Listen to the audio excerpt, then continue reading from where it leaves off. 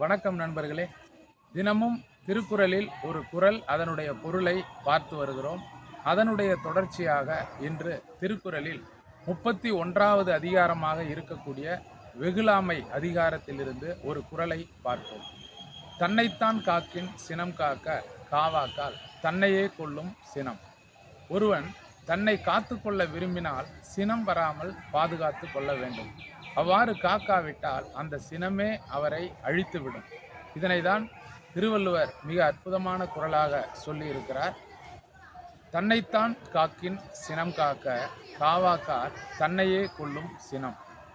இந்த குறளை நம்முடைய 12ஆம் வகுப்பு மாணவர்கள் அனைவரும் மனதில் பதிய வைத்து தேர்வில் பயன்படுத்துங்கள்.